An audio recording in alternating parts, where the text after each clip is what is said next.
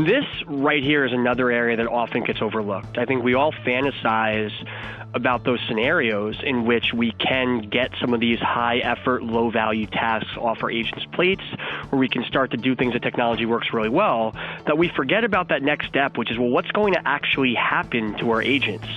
So with 3 things I want to put in your mind right now that you need to be focusing on. First of all, if you were to take some of these tasks off your agents' plates, how much more free time will they have? How much more focus will they be able to devote to your work? Just knowing how many hours you're going to be saving is going to really help you better plan your resources, better understand your staffing capabilities, and just know what kind of impact automation can even make for your business. Then the next step you want to look at is what high value tasks are most important for your agents to spend their time. So if you know, as an example, you've now saved 2 hours of every agent's day by automating some of the back office stuff, where would you spend those 2 hours? So would they be answering certain kinds of calls? Would they be doing some sort of analysis? Determining where those 2 hours will go is really important. And again, a strategic thing that often gets overlooked.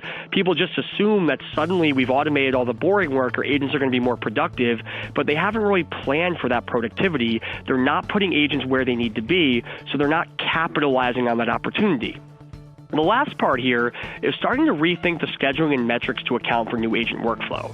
So again, suppose you take the most obvious cliche example, that is now because the back office stuff is being automated and because you're using bots for simple tasks, your agents are going to focus on complex interactions.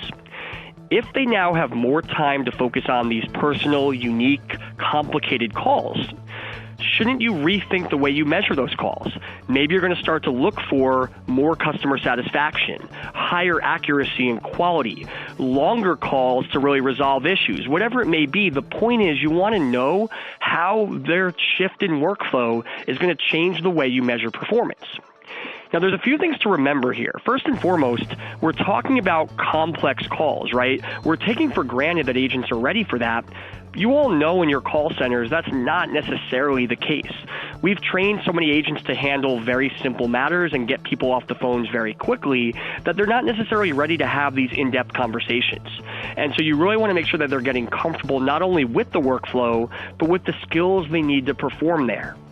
Additionally, and this is an easy one, but it's an easy one to overlook as well, making sure that you have the right resources and staff in place.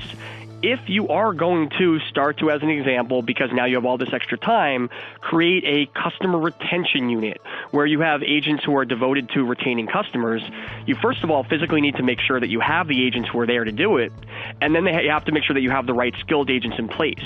You can create all this extra opportunity, but if you don't have the right people or enough people, you're not going to be able to take advantage. And finally, I talked about the changes in metrics, right? Well, just because you as a contact center person get why quality should go up or why you should shift from focusing on average handle time to CSAT or Net Promoter doesn't mean everyone in your business gets it. Your CEO, your IT department, other stakeholders, they may be very set in the old ways of thinking about performance. And so if you're going to start to talk about changing metrics and scheduling and workflow, you really need to make sure that your entire army of stakeholders understands what that's going to mean and is ready to adapt.